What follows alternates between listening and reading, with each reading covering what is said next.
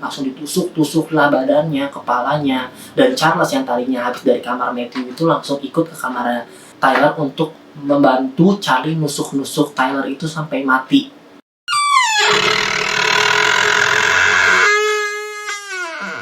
Halo semuanya, selamat datang di YouTube channel gue. Perkenalkan gue sama Maulana.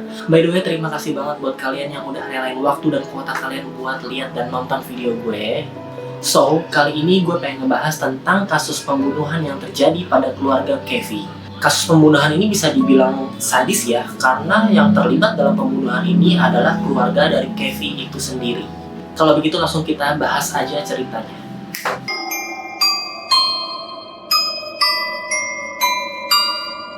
Erin Michael Kevin, remaja kelahiran Texas 27 Juli 1991 ini merupakan pasangan dari Terry Kevin dan Penny Kevin. Dan Erin ini memiliki dua orang adik. Yang pertama ini bernama Matthew Kevin yang saat itu berusia masih 13 tahun, dan yang satunya lagi ini bernama Tyler Kevin yang saat itu usianya masih 8 tahun. Keluarga Kevin ini tinggal di salah satu kota kecil di Texas Timur, lebih tepatnya di Alba. Erin ini satu-satunya anak wanita dari keluarga Kevin yang memang di lingkungannya pun dikenal baik. Dia juga salah satu pianis yang aktif ngisi di gereja-gereja di dekat rumahnya.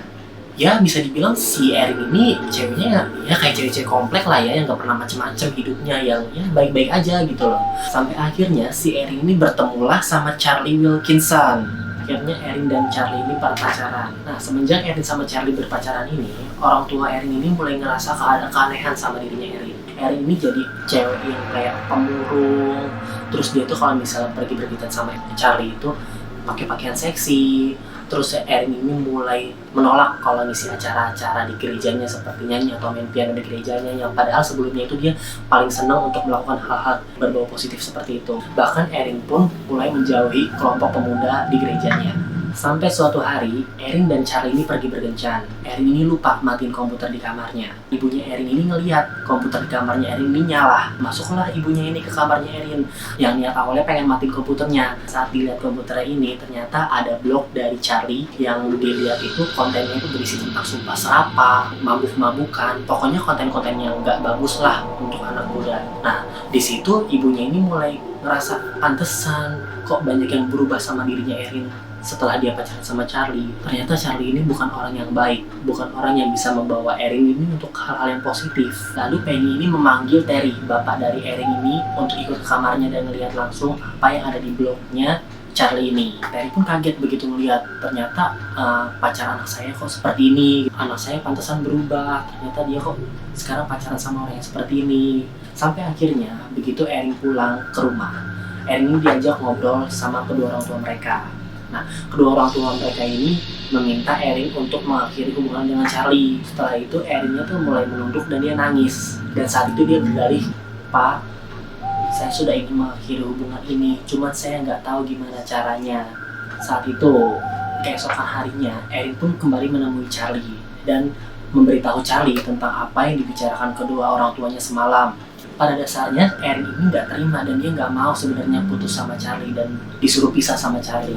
Charlie pun nggak mau berpisah sama Erin. Nah, akhirnya Erin pun berpikir gimana ya caranya supaya gua sama Charlie ini bisa tetap bareng, bisa tetap bersama, dan gak ada yang menghalangi hubungan mereka. Akhirnya Erin merencanakan pembunuhan untuk keluarganya sendiri, supaya Erin dan Charlie ini nggak bisa berpisah, nggak ada yang memisahkan mereka lah ya. Aneh banget ya, kok ada orang kayak gitu merencanakan pembunuhan untuk orang tuanya loh, sama adik-adiknya pula. Sadis, gak bisa pikir sadis. Real ya, seganteng apa sih si Charlie? Nah, pada hari itu juga Erin dan Charlie langsung merencanakan pembunuhan untuk keluarganya Erin ini.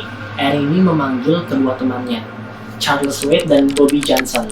By the way, Charles Sweet dan Bobby Johnson ini mereka pacaran juga ya. Jadi kayak sepasang kekasih inilah, mereka ini merencanakan pembunuhan untuk keluarga Erin. Emang gila sih Erin ini ya, ngebawa temennya buat ngebunuh keluarga sendiri supaya mereka bisa tetap bersama gitu loh. Di malam hari, mereka berempat ini sudah berkumpul untuk merencanakan pembunuhan itu. Mereka ini merencanakannya cepat ya, jadi malam ini merencanakan, pagi dini harinya ini sudah melakukan. gitu loh. Berangkatlah mereka berempat ini ke rumah Erin untuk melakukan misi pembunuhan itu. Nah, sesampainya mereka di rumah Erin, tempat pertama yang mereka datangi adalah kamar dari Matthew. Melihat Matthew yang sedang tertidur, Charles langsung menembakkan pistol ke arah kepala dari Matthew. Dan suara pistol itu terdengar sangat keras di rumah itu, hingga membangunkan semua orang yang ada di rumah itu. Saat itu, Tyler pun langsung terbangun dari tidurnya, dan dia langsung bergegas mengumpat ke dalam lemari. Saat itu pula Charlie langsung bergegas masuk ke dalam kamar Tyler. Dan saat dilihat di tempat tidur itu Tyler gak ada. Dicari Tyler di mana. Dan ternyata Tyler ditemukan berada di dalam lemari. Nah, saat Charlie ngebuka lemari itu, Tyler sempat bilang, "Charlie, kenapa kamu tega melakukan ini?"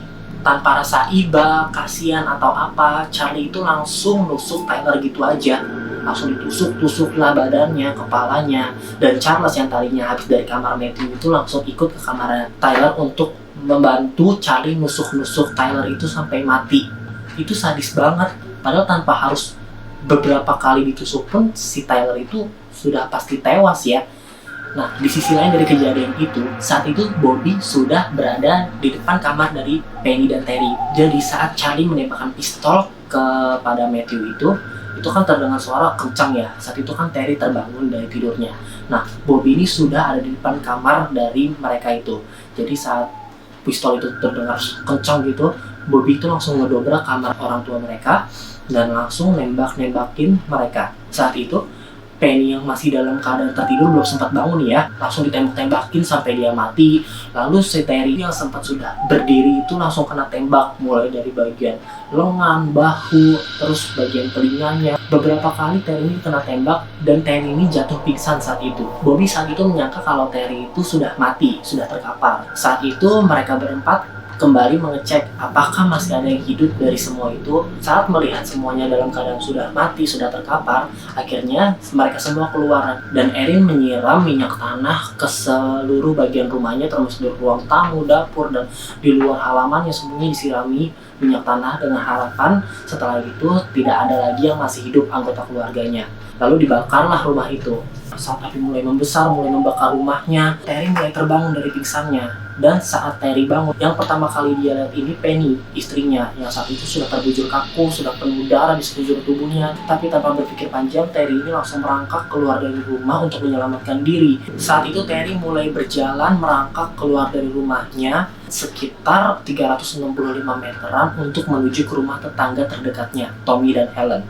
Karena saat itu Terry cuma berharap dia masih hidup dan ada orang yang tahu tentang kasus pembunuhan di rumahnya itu.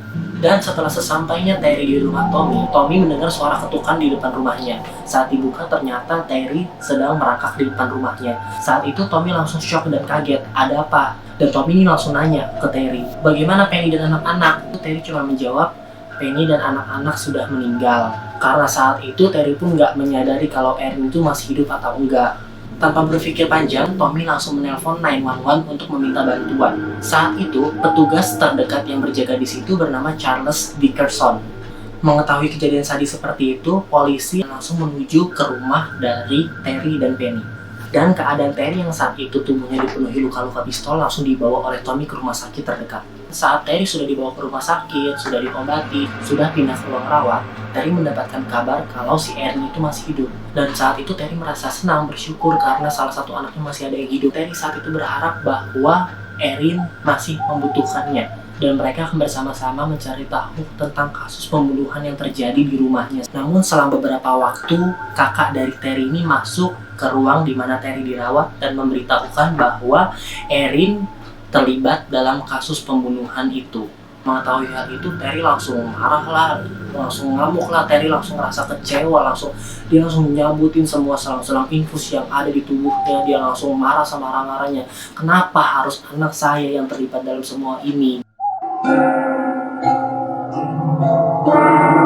Beberapa hari setelah Terry keluar dari rumah sakit, Terry akhirnya menghadiri persidangan untuk bertemu dengan pembunuh-pembunuh dari keluarganya, termasuk anaknya, Erin Keffe. Saat di persidangan, pengadilan memutuskan untuk keempat pembunuh tersebut dijatuhkan hukuman mati. Namun, saat itu pengadilan menanyakan kembali kepada Terry, apakah Terry memaafkan mereka semua? Terry berkata kalau dia sudah memaafkan mereka semua, termasuk Erin anaknya. Saat itu pun pengadilan menanyakan kembali kepada keempat pembunuh tersebut, siapa dalang dari semua ini. Dan dari ketiga teman-temannya Erin ini menunjuk kalau Erin adalah dalang dari semua ini. Hakim pun menanyakan kepada Erin, apa maksud dari semua ini? Dan Erin hanya menjawab bahwa dia merasa sakit hati terhadap omongan orang tuanya yang ingin memisahkan Erin dan Charlie. Karena Erin sudah berpikir bahwa dia akan menikah dengan Charlie, dia akan menjalani hidup dengan Charlie, tapi kenapa sama orang tuanya ini malah tidak diperbolehkan? Terry pun yang saat itu menyaksikan persidangan tidak bisa berkata apa-apa karena dia sudah merasa kecewa dengan Erin. Akhirnya Terry memaafkan keempat dari pelaku pembunuhan keluarganya itu, termasuk Erin. Saat itu Terry hanya berpikir, untuk apa saya menyalahkan orang lain? Tuhan pun maha memaafkan. Terry pun sempat mengajukan petisi ke pengacara untuk tidak menjatuhkan hukuman mati kepada keempat tersangka tersebut. Dan pengadilan pun mengabulkan permintaan dari Terry. Akhirnya keempat dari pelaku ini hanya dijatuhkan hukuman seumur hidup. Dan itulah akhir kisah yang terjadi pada keluarga Kevin. Oh ya, jangan lupa untuk like, komen, subscribe video gue, karena gue juga masih sangat ngebangun channel ini dari awal. Dan kedepannya gue bakal share lagi video-video yang lebih menarik untuk kalian tonton. Jangan lupa komen di bawah, barangkali kalian ada referensi cerita bagus yang ingin kalian tuangkan dalam bentuk video. Nanti akan gue coba rangkum dalam bentuk video bagi kalian yang memang malas baca dan lebih suka mendengarkan cerita. Kalau begitu, terima kasih banyak untuk semuanya. Sampai jumpa di video-video gue selanjutnya. Assalamualaikum warahmatullahi wabarakatuh.